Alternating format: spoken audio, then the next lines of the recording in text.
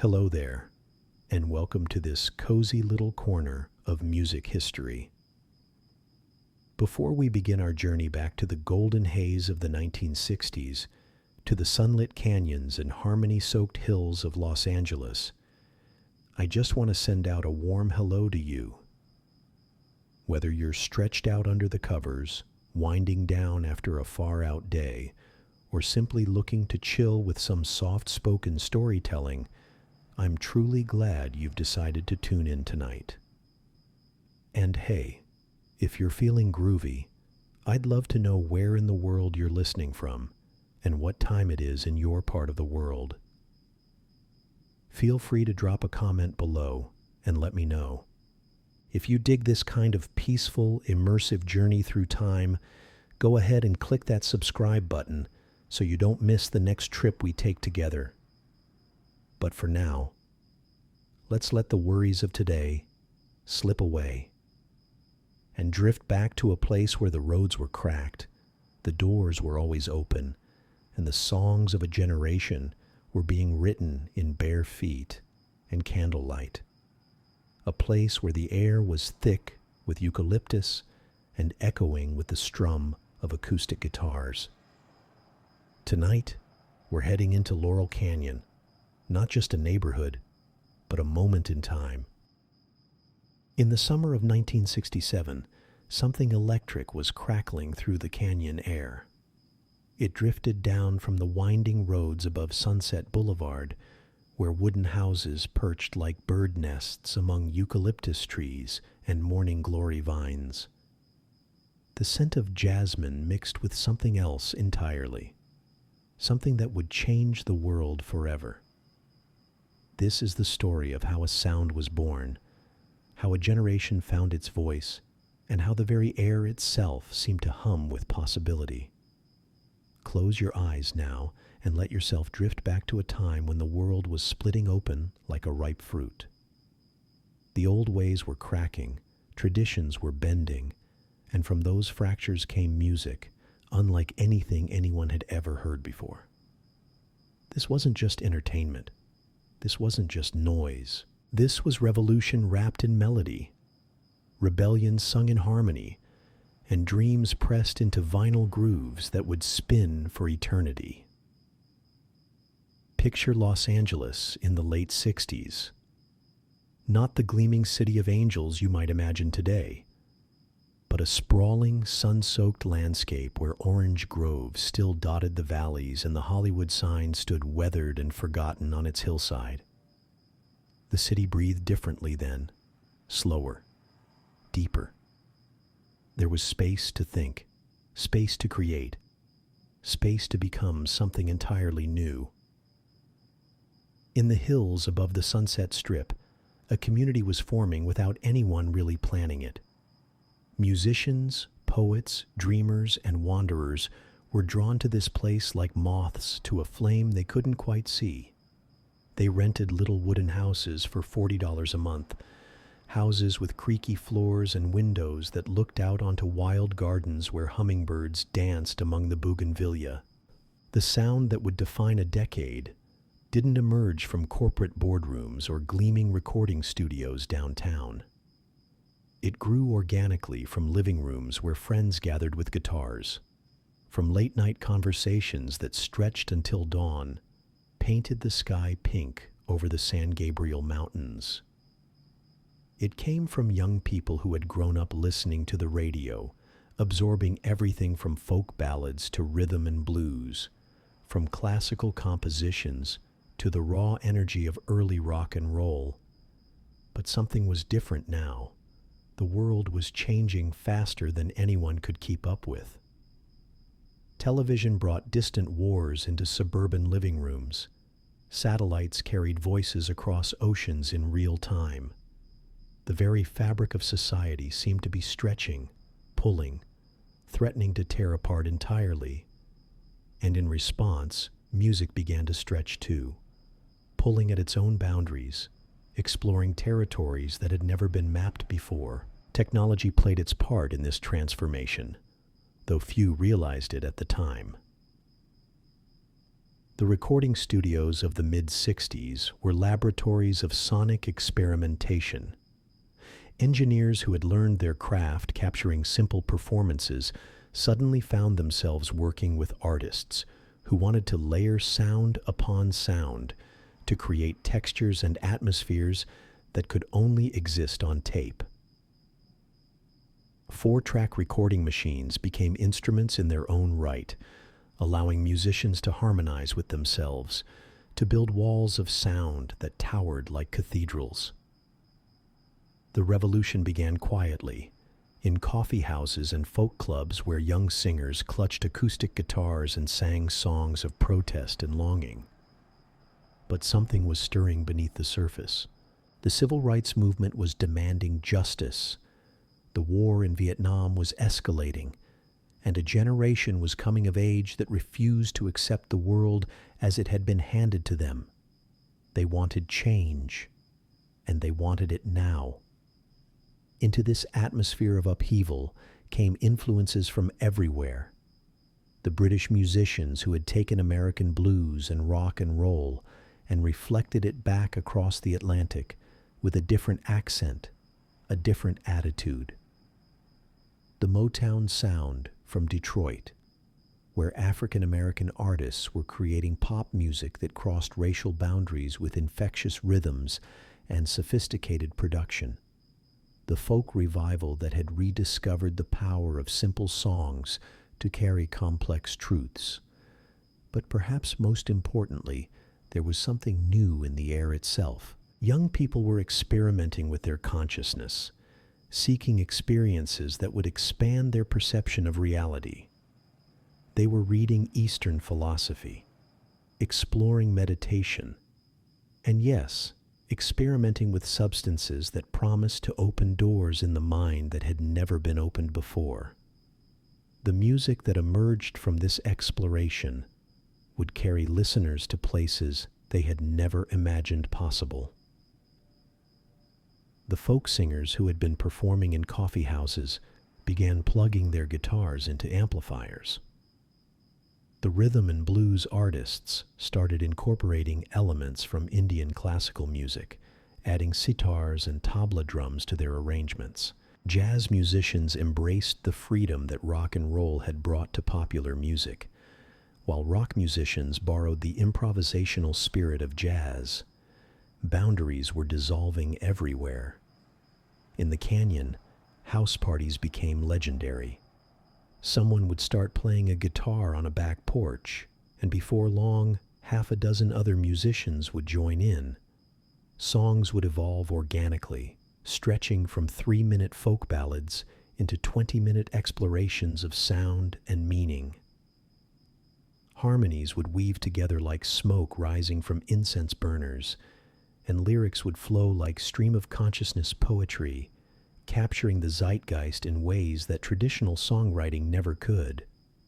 The record companies, initially puzzled by this new music, began to take notice when the sales figures started rolling in. These weren't just musicians anymore. They were artists in the truest sense, creating complete experiences that transported listeners to other worlds. Albums became more than collections of songs. They became sonic journeys with their own internal logic and emotional arc. Studio technology continued to evolve at breakneck speed. 8-track recording became available, then 16-track, allowing for ever more complex arrangements. Effects processors could make a guitar sound like it was echoing through the Grand Canyon, or a voice seemed to float in space. Synthesizers began appearing in recording sessions, adding textures that no acoustic instrument could produce. The studio itself became an instrument, a tool for creating sounds that existed nowhere in nature. But for all the technological innovation, the heart of the movement remained deeply human. These were young people grappling with the fundamental questions of existence, searching for meaning in a world that seemed to be coming apart at the seams. Their music reflected this search, moving away from simple love songs toward more complex explorations of spirituality, politics, and the nature of reality itself. The influence of Eastern philosophy and religion became more pronounced. Musicians began incorporating concepts from Buddhism and Hinduism into their lyrics, exploring themes of interconnectedness, impermanence, and transcendence. The sitar, that exotic stringed instrument from India, began appearing on rock albums, its distinctive drone providing an otherworldly backdrop to familiar Western chord progressions. Meanwhile, the social movements of the decade were providing both inspiration and subject matter for the new music. The civil rights movement had shown that songs could be weapons in the fight for justice, that music could unite people across racial and class lines in common cause. The anti-war movement adopted music as its primary form of expression, with protest songs becoming anthems for a generation that refused to fight in what they saw as an unjust war. The women's liberation movement, too, was beginning to find its voice, and female musicians were stepping forward as more than just pretty faces singing other people's songs. They were writing their own material, expressing their own experiences, demanding to be heard on their own terms. The personal had become political, and the political had become deeply personal. As the decade progressed, the music became more adventurous, more willing to take risks. Songs grew longer, structures became more complex, and lyrics became more abstract and poetic. Musicians were no longer content to simply entertain. They wanted to challenge, to provoke, to transform their listeners' consciousness. They were creating art that demanded attention, music that couldn't be relegated to background noise. The business of music was changing too.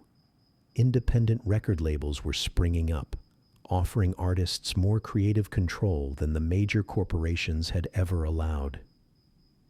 Musicians were forming their own production companies, their own publishing companies, taking control of their own destiny in ways that previous generations of performers had never imagined possible. But perhaps the most significant change was in how people listened to music. The album format encouraged deeper engagement, asking listeners to commit to a complete artistic statement rather than just individual songs. Stereo sound systems became common in homes, allowing people to experience the full richness and complexity of the new recordings.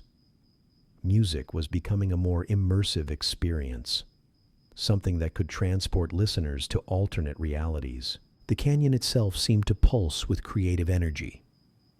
Musicians would wander between houses, collaborating spontaneously, forming and reforming musical partnerships with the fluidity of water. A song might begin in one living room, develop in another, and reach completion in a third, with each location adding its own flavor to the final result. The lifestyle that emerged around this music was as revolutionary as the sound itself. Traditional career paths were abandoned in favor of artistic pursuits. Material success became less important than creative fulfillment. Community replaced competition, with musicians supporting each other rather than viewing each other as rivals. It was a utopian experiment played out in real time, with music as both soundtrack and organizing principle. Late at night, when the canyon grew quiet, except for the rustle of leaves in the wind and the distant hum of traffic on Sunset Boulevard, you could almost hear it happening. The birth of something new, something that would change not just music, but the entire culture. Seeds were being planted that would flower into movements and sounds that would echo for decades to come. The air itself seemed charged with possibility, as if the very molecules were vibrating at a frequency that promised transformation. This was the moment, the precise instant when the future was being born, when a generation was finding its voice and preparing to sing the world into a new shape entirely. The transformation wasn't happening in isolation. 3,000 miles away, across the Atlantic, young British musicians were crafting their own revolution, one that would crash into the American consciousness like waves against a rocky shore. They had taken the blues and rock and roll that America had given birth to, absorbed it completely, then reflected it back with their own accent, their own swagger, their own understanding of what music could be. When those first British bands stepped off airplanes at Kennedy Airport, screaming fans greeting them like conquering heroes, something fundamental shifted in the American musical landscape. These weren't just musicians. They were cultural ambassadors carrying a message that youth culture was universal, that rebellion wore many faces, and that music could be the common language that united them all. The invasion, as it came to be known, brought with it a new energy, a different approach to songwriting and performance. Where American rock and roll had been largely driven by individual personalities, these British bands operated as units, each member contributing to a collective sound that was greater than the sum of its parts. Their harmonies were tighter, their arrangements more sophisticated, their stage presence more theatrical, but perhaps more importantly, they brought with them a sense of possibility. If 4 working-class kids from Liverpool could conquer the world with nothing but guitars, drums, and melodies, then anything was achievable. The American musicians watching from the sidelines suddenly realized that the rules of the game had changed, that success was no longer dependent on fitting into predetermined molds or following established formulas. In Detroit, meanwhile, a different kind of revolution was taking shape. In a modest house on West Grand Boulevard, a former auto worker had transformed his garage into a recording studio and was creating something that would become known simply as the sound. It was soul music, but soul music with a difference. It was polished without losing its emotional core, sophisticated without sacrificing its accessibility. Black music that could speak to white audiences without compromising its authenticity. The assembly line approach that had made Detroit the motor capital of America was being applied to music production. Songs were crafted with the same precision as automobiles, each element carefully planned and executed. But unlike the cold efficiency of factory production, this musical assembly line hummed with human warmth, with voices that could make you laugh and cry and dance all at the same time. The artists emerging from that little house were creating hits that crossed racial boundaries in ways that seemed impossible just a few years earlier. Their music was playing on radio stations that had never programmed black artists before, reaching audiences that had never been exposed to authentic African-American musical expression. It was integration through melody, civil rights through rhythm, revolution disguised as entertainment. Back in the canyon, musicians were absorbing all of these influences, mixing them together in combinations that had never been attempted before. A folk singer might incorporate the sophisticated production techniques of the Detroit sound. A rock band might borrow the harmonic complexity of British invasion groups while maintaining the raw emotional power of American blues. The boundaries between genres were dissolving, creating space for something entirely new to emerge. The technology that made this musical cross-pollination possible was advancing at an unprecedented pace. Recording studios that had once been simple rooms with basic equipment were being transformed into sonic laboratories where any sound imaginable could be captured, manipulated, and layered into complex tapestries of audio. Engineers who had learned their craft recording big band orchestras suddenly found themselves working with artists who wanted to create sounds that had never been heard before. Multi-track recording allowed musicians to become orchestras unto themselves, layering voice upon voice, guitar upon guitar, until simple songs became symphonies of texture and color. The mixing board became an instrument in its own right, with faders and knobs that could shape sound in ways that would have seemed like magic to earlier generations of recording artists. But technology was only part of the story. The real revolution was happening in the minds and hearts of the musicians themselves. They were beginning to see their role not just as entertainers, but as artists, as cultural commentators, as voices of their generation. The 3-minute pop song was giving way to longer, more complex compositions that demanded attention, that refused to be relegated to background music. Albums were becoming artistic statements, complete experiences designed to be absorbed from beginning to end.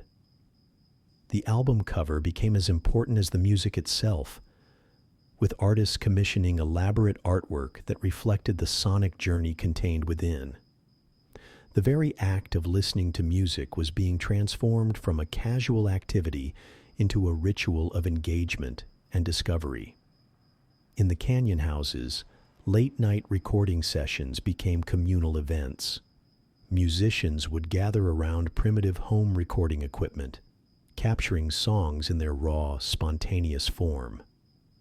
These weren't polished studio productions, but intimate documents of the creative process itself. Recordings that captured not just the music but the atmosphere in which it was created. The influence of mind-expanding substances on this musical evolution cannot be ignored. Artists were exploring altered states of consciousness and translating those experiences into sound. Time signatures became fluid, song structures grew organic rather than rigid, and lyrics took on surreal, poetic qualities that reflected expanded awareness and heightened perception. Eastern philosophy and music theory were seeping into Western pop consciousness. The drone of the sitar, the circular breathing patterns of Indian classical music, the concept of music as meditation rather than mere entertainment. All of these elements were being absorbed and transformed by musicians who were searching for new ways to express the ineffable experiences of expanded consciousness. Jazz musicians who had been exploring the outer limits of improvisation for years suddenly found common ground with rock musicians who were discovering the freedom that came from abandoning traditional song structures. The rigid boundaries between musical genres were crumbling, creating space for fusion and experimentation that would have been unthinkable just a few years earlier. The social and political upheaval of the era was providing both inspiration and urgency to the musical revolution. Musicians were no longer content to sing about love and romance while the world burned around them. They were addressing war, racism, environmental destruction, and social injustice with a directness and passion that popular music had rarely displayed before. The personal had become political, and the political had become deeply personal. Songs were becoming vehicles for social commentary, calls to action, and expressions of collective hope and frustration. Music was no longer just reflecting society, it was actively working to change it. Radio stations were beginning to program longer songs, recognizing that their audiences were hungry for more complex musical experiences. The top 40 format that had dominated popular music was being challenged by free-form radio programming that treated music as art rather than product. DJs became cultural curators, introducing listeners to new sounds and new ways of thinking about music. The concert experience was evolving as well. What had once been simple entertainment was becoming something closer to religious experience. Audiences weren't just watching performances. They were participating in communal rituals of consciousness expansion and cultural transformation. The line between performer and audience was blurring as everyone became part of the musical experience. In the canyon, house concerts became legendary events where the intimacy of the setting allowed for musical experimentation that would have been impossible on formal stages. Musicians could take risks, stretch songs into extended improvisations, and connect with audiences on a level that transcended traditional performance boundaries. The business of music was struggling to keep up with the artistic evolution.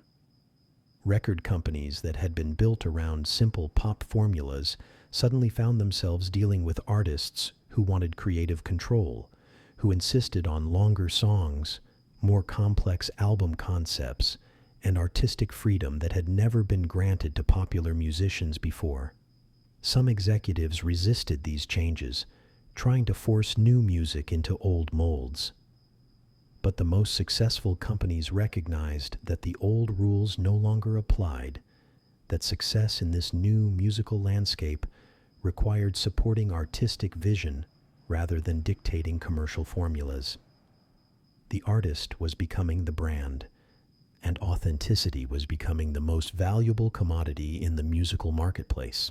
As the decade reached its midpoint, the various threads of musical revolution were beginning to weave together into something cohesive, yet indefinably complex. The folk revival had taught musicians the power of authentic expression. The British invasion had shown them the possibilities of collective creativity. The soul movement had demonstrated how music could bridge racial divides. And the expanding consciousness movement was revealing new territories of human experience that could be explored through sound. The canyon continued to pulse with creative energy as musicians from around the world were drawn to its promise of artistic freedom and community. Each new arrival brought their own influences and experiences, adding to the rich musical stew that was bubbling in those hillside houses. Collaboration replaced competition as the driving force of creativity, with musicians supporting and inspiring each other rather than viewing each other as rivals. Late at night, when the city below settled into uneasy sleep, the real magic would happen. In living rooms lit by candles and colored lights, small groups of musicians would gather to explore the outer reaches of their art. Songs would emerge organically from these sessions, growing and evolving through collective improvisation until they became something none of the participants could have imagined alone. The sound that emerged from these nocturnal experiments was unlike anything that had come before. It was music that demanded attention, that refused to be ignored or dismissed. It was complex without being pretentious, experimental without losing its emotional core, revolutionary without forgetting its roots in the great American musical traditions. And in that charged atmosphere of creativity and possibility, something was taking shape that would define not just the remainder of the decade, but the entire future of popular music. The seeds of change that had been planted in folk clubs and garage bands were beginning to flower into something magnificent and strange, something that would capture the imagination of a generation and echo through the decades that followed. The air itself seemed to vibrate with anticipation, as if the very molecules knew that they were witnessing the birth of something extraordinary. This was the moment when the future of music was being written, when a generation was finding its voice and preparing to sing the world into an entirely new key. The recording studios downtown were beginning to hum with a different kind of electricity by the spring of 1968. Engineers who had spent years capturing the clean, predictable sounds of traditional pop were suddenly confronted with artists who wanted to paint with noise, who saw distortion not as a problem to be solved, but as a color to be embraced.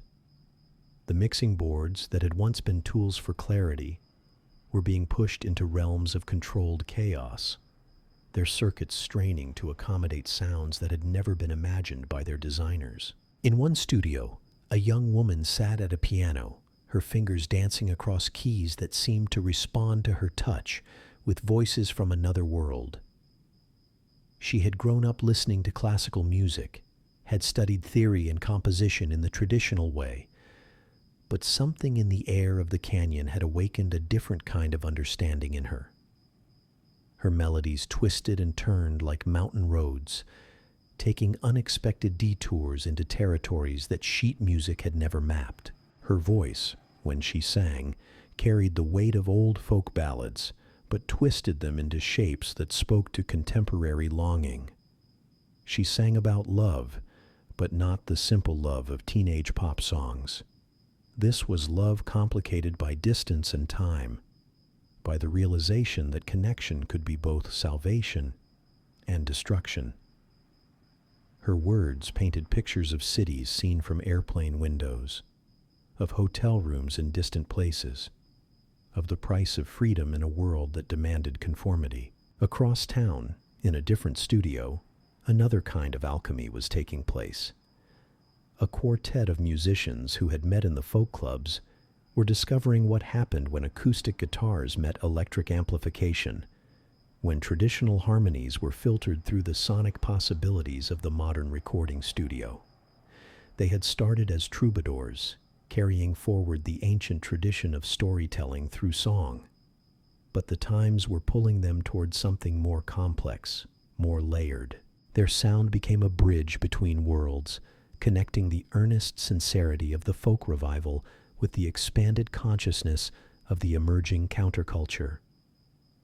When they sang together, their voices created spaces between the notes where listeners could lose themselves, harmonic chambers that seemed to exist outside of normal time and space. Their arrangements grew more sophisticated with each session, incorporating elements from jazz, classical music, and the experimental sounds emerging from electronic music laboratories. Meanwhile, in a rehearsal space that reeked of incense and ambition, a different kind of musical theater was being born. A poet who had discovered that his words could become incantations when combined with the right musical backdrop was working with musicians who understood that rock and roll could be more than entertainment, that it could be ritual, ceremony, transformation. Their sound was darker than what was emerging from the canyon houses, more theatrical, more concerned with exploring the shadow side of the expanded consciousness movement. The poet's voice could shift from whisper to roar within the span of a single line, carrying listeners through emotional territories that popular music had rarely dared to explore. He sang about death and rebirth, about the ecstasy and terror of breaking through conventional reality into something more primal and true. His band created sonic landscapes that could support his verbal journeys, walls of sound that could collapse into intimate moments of acoustic vulnerability. The influence of literature was becoming more pronounced in the music emerging from Los Angeles. Musicians were reading everything they could get their hands on, from beat poetry to Eastern philosophy to contemporary fiction. The simple rhyme schemes of traditional pop songs were giving way to more complex verbal constructions, lyrics that functioned as poetry in their own right, words that could stand alone on the page but gained additional dimensions when combined with music. Record producers were beginning to understand their role as more than just technical facilitators. They were becoming collaborators in the creative process, contributing their own artistic vision to the recordings they were helping to create. The producer's booth was transformed from a position of neutral observation into a creative command center where sonic architecture could be designed and constructed. The concept of the concept album was taking root. The idea that a collection of songs could add up to something greater than the sum of its parts, that an album could tell a story or explore a theme with the depth and complexity of a novel or film. Musicians were beginning to think in terms of complete artistic statements rather than individual songs, considering how each track would relate to those around it, how the album would flow as a unified experience. In the canyon, the house parties were evolving into something more structured, yet still maintaining their spontaneous energy. Musicians were forming loose collectives, groups that might record together, tour together, or simply gathered to explore musical ideas without the pressure of commercial expectations. These collaborations produced some of the most innovative music of the era, recordings that captured the spirit of musical exploration in its purest form. The influence of psychedelic experience on music was becoming more sophisticated and subtle. Where early experiments had been obvious and somewhat clumsy in their attempts to recreate altered states of consciousness through sound, musicians were now learning to incorporate these expanded perceptions into their music in ways that enhanced rather than overwhelmed the listening experience. The music became a vehicle for consciousness expansion rather than simply a soundtrack to it. Studio technology continued to advance rapidly, with new effects processors and recording techniques becoming available almost monthly. Musicians were learning to use the studio as an instrument, layering tracks upon tracks until simple songs became complex sonic sculptures. The art of mixing became as important as the art of composition, with engineers and producers spending weeks crafting the perfect balance of elements within a recording. The business side of the music industry was struggling to adapt to these changes. Record executives who had built their careers around predictable hit formulas suddenly found themselves dealing with artists who wanted to record 20-minute songs, who insisted on creative control over every aspect of their recordings, who viewed commercial success as less important than artistic integrity. Some companies resisted these changes, but the most successful ones learned to embrace the new artistic freedom as a source of innovation rather than a threat to established practices. Radio programming was evolving as well, with forward-thinking DJs beginning to program album tracks rather than just singles, recognizing that their audiences were hungry for deeper musical experiences. The concept of album-oriented rock was being born, a format that would dominate progressive radio for decades to come. These DJs became cultural curators, introducing their listeners to music that challenged conventional expectations and expanded their understanding of what popular music could be. The concert experience was being revolutionized by advances in sound reinforcement technology and lighting design. What had once been simple entertainment was becoming multimedia experience, with light shows and sound systems that could transport audiences into alternate realities. The performers themselves were becoming more theatrical, understanding that the visual element of their presentation was as important as the musical element. In the Canyon houses, musicians were creating their own recording setups, primitive home studios where they could capture ideas as they emerged without the pressure and expense of professional studio time. These recordings had a different quality than their professional counterparts, an intimacy and spontaneity that captured the creative process in real time. Many of these home recordings would later be recognized as masterpieces, documents of the creative process that revealed aspects of the music that more polished studio versions could not convey. The influence of world music was becoming more pronounced, with musicians incorporating elements from Indian classical music, Middle Eastern folk traditions, and African rhythmic patterns into their compositions. This wasn't cultural appropriation in the shallow sense, but rather a genuine attempt to expand the vocabulary of Western popular music by drawing on the deep wells of human musical expression from around the world. The women's liberation movement was beginning to have a profound impact on popular music, with female musicians demanding recognition as more than just pretty voices singing other people's songs. They were writing their own material, forming their own bands, and expressing their own experiences and perspectives through music. This brought new themes and approaches to popular music, perspectives that had been largely absent from the male-dominated rock and folk scenes. Environmental consciousness was also beginning to influence the music, with artists writing songs about the natural world and humanity's relationship with the environment. The canyon itself became a symbol of this connection, a place where musicians could experience nature while still being part of the urban cultural scene.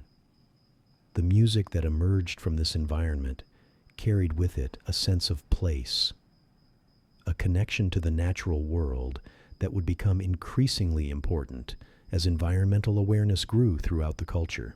The drug culture that had initially driven much of the experimentation was beginning to mature, with musicians learning to integrate their expanded consciousness experiences into their daily creative practice, rather than simply using substances as creative crutches.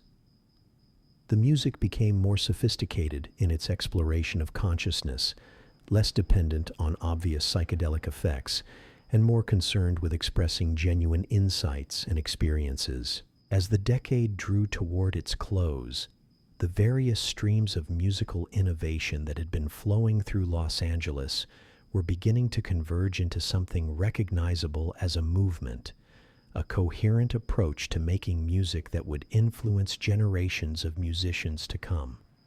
The seeds that had been planted in folk clubs and canyon house parties were flowering into a musical renaissance that would reshape popular culture for decades.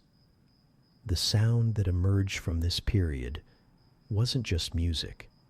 It was a new way of thinking about what music could be and do. It was music that demanded active listening rather than passive consumption. Music that challenged its audiences to grow and change along with it. It was music that refused to be categorized or contained within traditional boundaries. Music that insisted on its right to explore any territory that human consciousness could reach.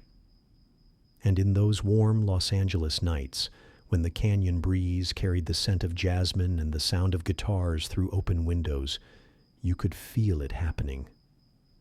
The birth of something that would outlive its creators, something that would continue to inspire and challenge long after the last echo of those canyon sessions had faded into memory. The future was being written in melody and harmony, in rhythm and rhyme, in the countless small moments of musical magic that were occurring in living rooms and recording studios across the sprawling city.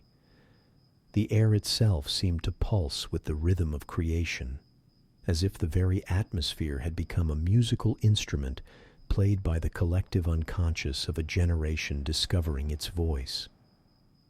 This was more than just a scene or a trend. This was the birth of a new consciousness expressed through sound, a transformation that would ripple outward from these hills and canyons to touch every corner of the musical world. The transformation was accelerating now, like a river approaching rapids, gathering speed and power as it rushed toward some inevitable waterfall of change. By the autumn of 1968, the canyon had become a living organism, breathing music through its winding streets and whispering secrets through the eucalyptus leaves that rustled in the evening breeze. In a small cottage tucked behind a curtain of morning glory vines, a woman sat at her kitchen table with a guitar across her lap, her fingers finding melodies that seemed to emerge from the walls themselves. She had arrived from the North Country, carrying nothing but a suitcase full of songs and a voice that could turn simple words into incantations. Her music flowed like water finding its way downhill, natural and inevitable, carrying with it the wisdom of someone who had learned to translate feeling into sound. When she sang, time seemed to slow down, each note hanging in the air like dust motes caught in afternoon sunlight. Her songs were conversations with herself, intimate revelations that somehow became universal truths when filtered through her particular combination of melody and meaning. She wrote about love with the precision of a surgeon and the tenderness of a mother, dissecting relationships with lyrics that cut clean and deep. Her guitar was more than an instrument. It was a paintbrush that allowed her to color the silence with shades of emotion that had no names. She had developed her own tunings, her own way of making the strings speak in voices that complemented her own. When she played, the guitar became an extension of her nervous system, responding to her thoughts before she was fully conscious of them herself. Down the hill, in a house that seemed to crouch against the mountainside like a predatory animal, a different kind of musical alchemy was taking place. A dark-haired poet with eyes like burning coals was working with three musicians who understood that rock and roll could be more than rebellion, that it could be religious experience, shamanic journey, controlled explosion of consciousness. Their rehearsal room was thick with smoke and possibility, a cave where modern myths were being born. The poet's voice was an instrument of transformation, capable of shifting from whispered confessions to primal screams without losing its essential musicality. He sang about doors, about perception, about the thin membrane that separated the known world from the chaos that lurked just beyond the edges of ordinary consciousness. His words were spells designed to crack open the listener's reality, to reveal the stranger truths that lay hidden beneath the surface of everyday experience. His bandmates created sonic landscapes that could support his verbal explorations, walls of sound that could shift from gentle to terrifying within the space of a single measure. The organist's fingers danced across keys that seemed to channel electricity from some cosmic generator, while the guitarist wielded feedback like a sculptor wielding clay, shaping noise into beauty and beauty back into noise. The drummer didn't just keep time. He summoned rhythms from the collective unconscious, beats that spoke to something primal and ancient in the human nervous system. Their music was dangerous in the way that all genuine art is dangerous, threatening to upset the comfortable assumptions that most people use to navigate their daily lives. They weren't interested in entertainment. They were interested in transformation, in using sound to break down the barriers between performer and audience, between conscious and unconscious, between the safe known world and the wild territories that lay beyond it. Meanwhile, in a different part of the canyon, a group of musicians who had met in the folk clubs were discovering what happened when traditional harmonies met electric instrumentation and studio experimentation. They had started as acoustic troubadours, but something in the air was pulling them toward more complex sonic territories.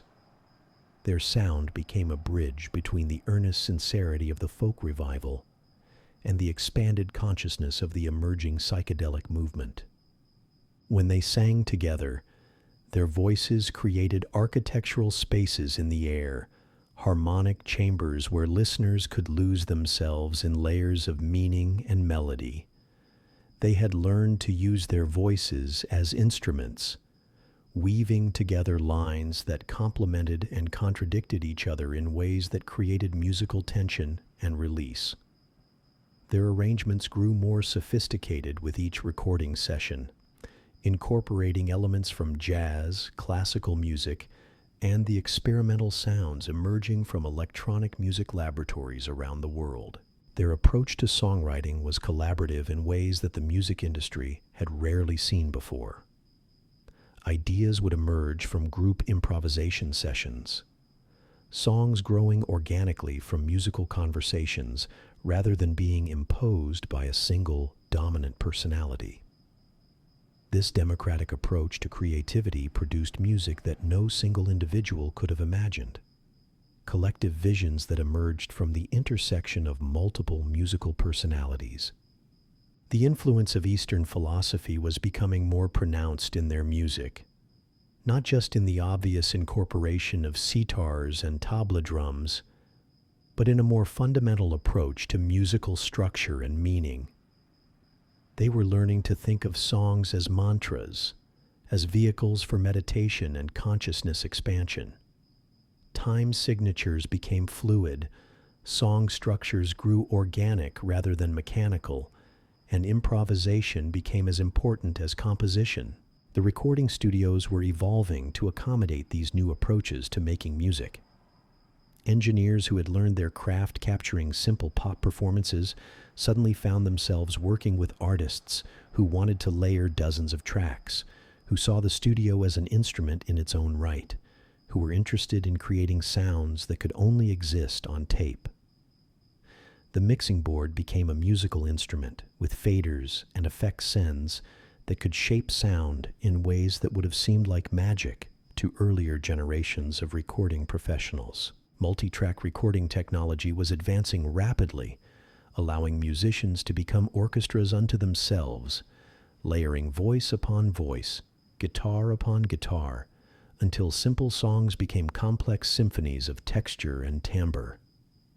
The 8-track machines that had seemed like miracles just a few years earlier were being replaced by 16-track and even 24-track recorders that offered unprecedented creative possibilities. But technology was only part of the revolution. The real transformation was happening in the minds and hearts of the musicians themselves, who were beginning to understand their role not just as entertainers, but as consciousness explorers, as mappers of inner space, as translators of experiences that lay beyond the reach of ordinary language. They were creating music that demanded active participation from its listeners, music that refused to remain in the background while life went on in the foreground. The album format was becoming the primary vehicle for these expanded musical statements. Musicians were thinking in terms of complete listening experiences rather than individual songs, considering how each track would relate to those around it, how the album would flow as a unified journey through emotional and sonic territories. Cover art became as important as the music itself, with artists commissioning elaborate visual accompaniments to their sonic explorations. Radio programming was struggling to adapt to these changes. The 3-minute single that had dominated popular music for decades was giving way to longer, more complex compositions that couldn't be easily edited for radio play. Forward-thinking DJs began programming album tracks, recognizing that their audiences were hungry for deeper musical experiences. The concept of album-oriented rock was being born, a format that would reshape radio programming for decades to come. The concert experience was being revolutionized as well.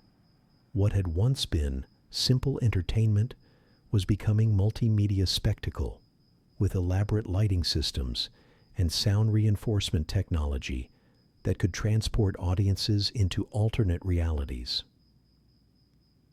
Musicians were learning to think theatrically, understanding that the visual element of their performance was as important as the musical element. Stage design became an art form in its own right, with concerts becoming total sensory experiences. In the Canyon houses, the line between professional and amateur music making was blurring. Musicians were installing primitive recording equipment in their living rooms, capturing ideas as they emerged without the pressure and expense of professional studio time. These home recordings had a different quality than their commercial counterparts, an intimacy and spontaneity that revealed aspects of the creative process that more polished productions couldn't convey. The community aspect of the scene was crucial to its development.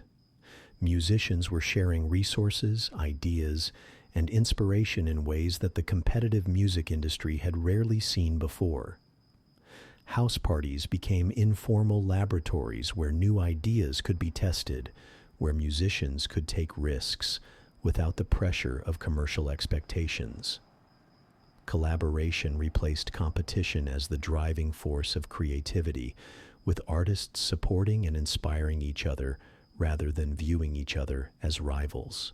The influence of psychedelic experience on the music was becoming more sophisticated and integrated. Where early experiments had been obvious and somewhat clumsy in their attempts to recreate altered states through sound, musicians were now learning to incorporate expanded consciousness experiences into their music in ways that enhanced rather than overwhelmed the listening experience. The music became a vehicle for consciousness expansion rather than simply a soundtrack to it. Women were beginning to play increasingly important roles in the scene, not just as singers of other people's songs, but as songwriters, instrumentalists, and creative visionaries in their own right.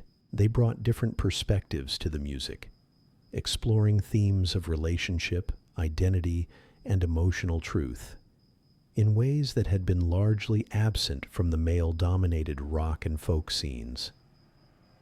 Their voices added new dimensions to the canyon sound, perspectives that enriched and complicated the musical conversation.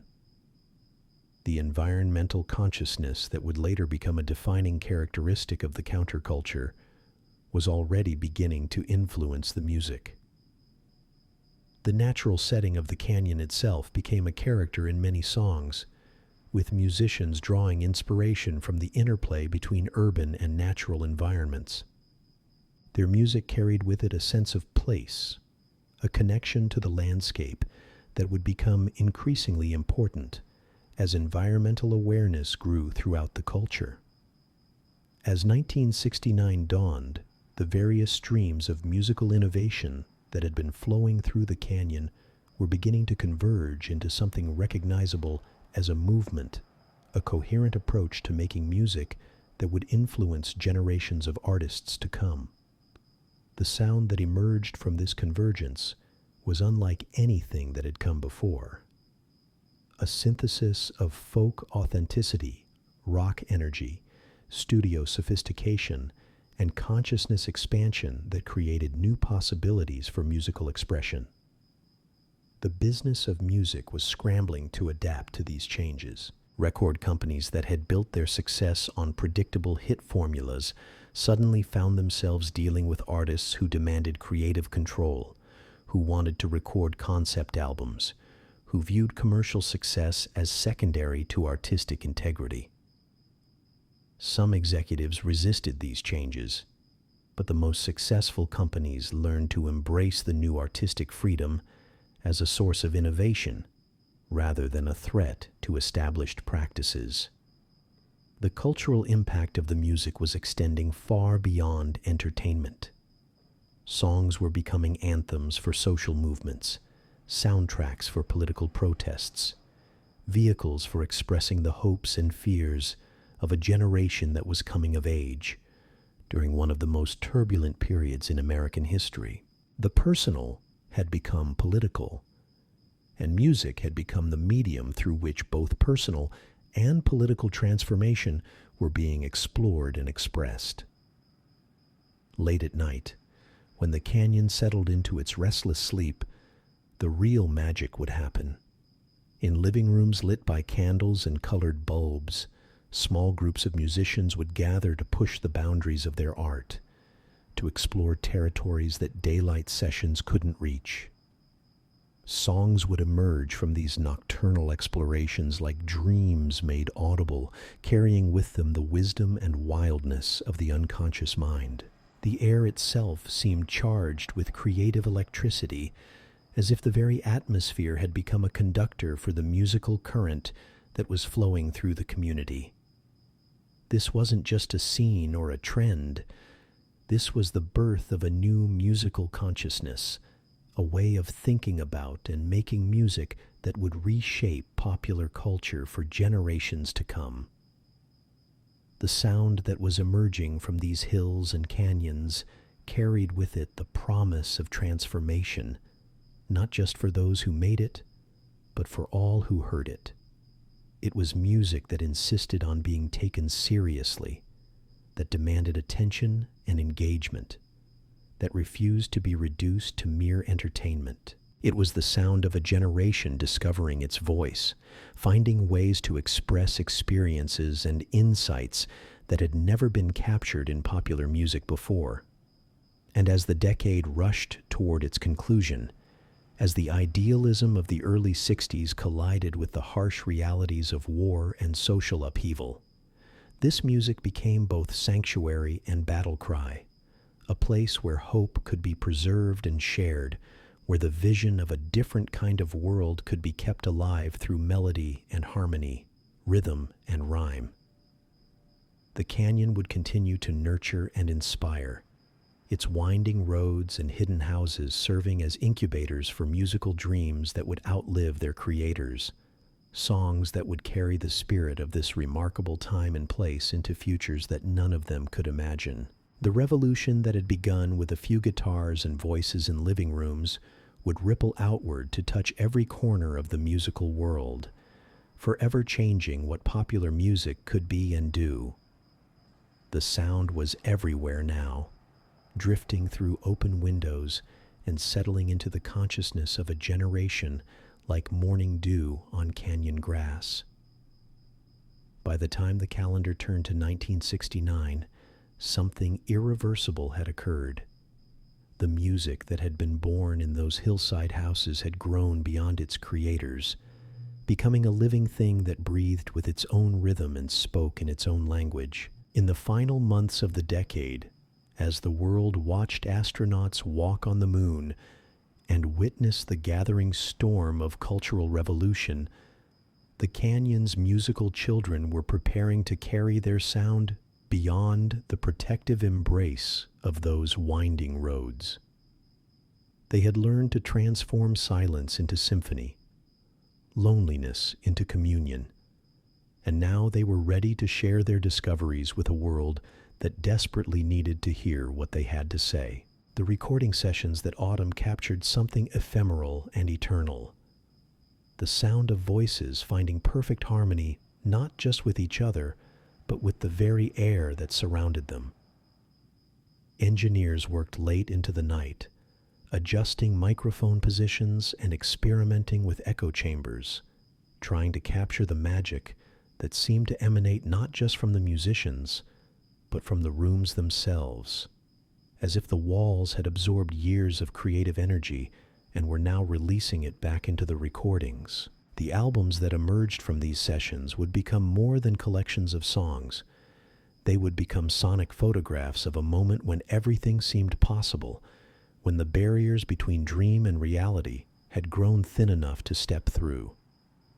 Listeners would put these records on their turntables and find themselves transported not just to different emotional states, but to different ways of being in the world entirely. As winter settled over the canyon, bringing with it the crisp clarity that only Los Angeles could provide, the musicians found themselves looking both backward and forward. They had created something beautiful and strange, a musical language that could speak to the deepest parts of human experience. Now that language would go out into the world, carried by radio waves and pressed into vinyl, to find its way to bedrooms and dorm rooms, to coffee shops and concert halls, wherever young hearts were searching for something authentic in an increasingly artificial world. The legacy they were creating would ripple forward through decades, influencing musicians who hadn't even been born yet, inspiring movements that wouldn't emerge for years to come. The folk singers who had plugged in their guitars, the rock musicians who had discovered harmony, the poets who had learned to sing, the dreamers who had turned their visions into sound. All of them had contributed to something larger than themselves, a musical revolution that would never truly end. Tonight, as you drift towards sleep, let your mind wander back to those canyon roads, to the scent of eucalyptus and the sound of guitars echoing off hillsides. Feel the creative electricity that once charged the air in those small houses where the future was being written in 4/4 time. Listen for the voices that learned to blend together like colors in a sunset, creating harmonies that spoke to something eternal in the human spirit. The sound they created still lives, woven into the fabric of music itself, waiting to be rediscovered by each new generation that comes searching for authenticity, for connection, for the kind of magic that can only happen when hearts and minds and voices come together in perfect, imperfect, beautiful human harmony. The revolution may have ended, but the music plays on, forever young, forever transforming silence into song. And in your dreams tonight, you might hear it still, the sound of a generation finding its voice, the echo of guitars in canyon air, the whispered promise that music can change the world, one note at a time, one heart at a time, one dream at a time. Sleep now, and let the music carry you home.